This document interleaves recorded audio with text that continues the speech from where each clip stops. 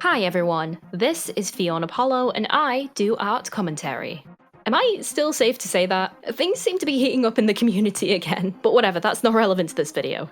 Yeah. On this channel, while I may not have the most professional experience, I am very passionate about how working people are treated within creative industries like animation and comics. Artists, writers, and the like are some of the most ambitious and hardworking people you can come across within any creative field, and they're often the ones who keep everything turning. But just like any other industry, these people are prone to having that work ethic and love for their craft be taken advantage of. And if we also want to put that under a fandom lens, audiences sometimes don't help matters either in regards to excessive demands or a fundamental misunderstanding of how certain creative and professional processes work, myself included sometimes. I, like many people, have been absolutely taken by the well-deserved hype and praise that the SpiderVerse series has been receiving after its second film, Across the Spider-Verse, came out last month. Every frame of that film is a masterpiece. It pays respectful homage to the Spider-Man canon and to comics at large. Everyone who worked on it has been excitedly showcasing how they achieved certain things on screen. Literally everyone and their mum have created spider-sonas. Here's mine. I did her in like an hour. She's not the most inspired, but she's cute. And it truly deserves its current title as one of the best animated films ever made. Everyone who worked on these films rightfully deserves every good thing and every ounce of praise that they receive. But even with all of that, there are still issues that can come about from even the best pieces of media, and these can come from both inside and outside of said material. While the various methods, techniques, and raw skills of the people who worked on Spider-Verse are rightfully being spotlighted and celebrated right now, multiple people have also come forward and, as seen in various online articles, admitted that Spider-Verse was one of the most difficult and downright grueling projects they have ever worked on. And that's not just because of all the experimentation and perfectionism in every shot, but because the demands from people like producers, executives, basically people in charge of the film's production but who don't actually animate and have straight up admitted to not caring about it in the past, have been completely and utterly ruthless. On top of that, I do also want to touch on some fan reception to the film as well. Spider-Verse has brought us a lot of fantastic concepts and characters to analyze and mull over within fandom spaces, but this has also revealed some very odd and often uncomfortable patterns of behavior relating to specific characters and their traits. If you think I'm talking about Miguel O'Hara,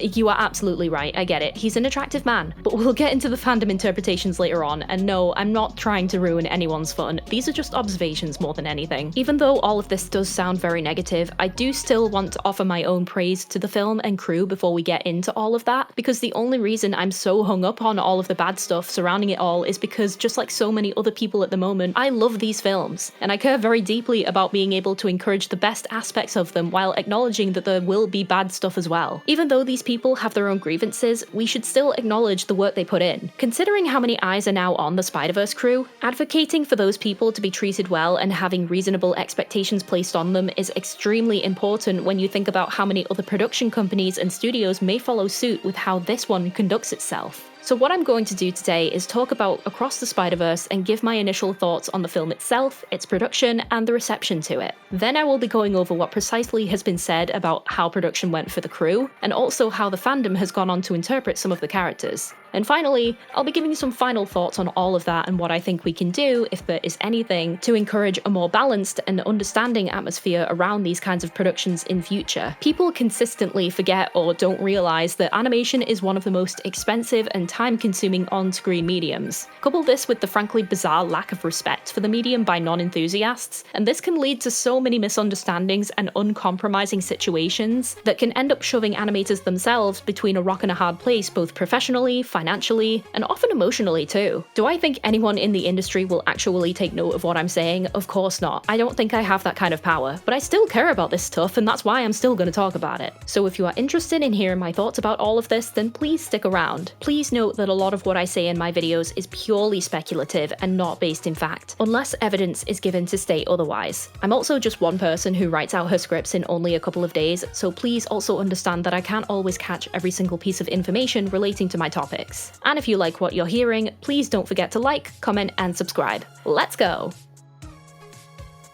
Part 1. Into the Rabbit Hole.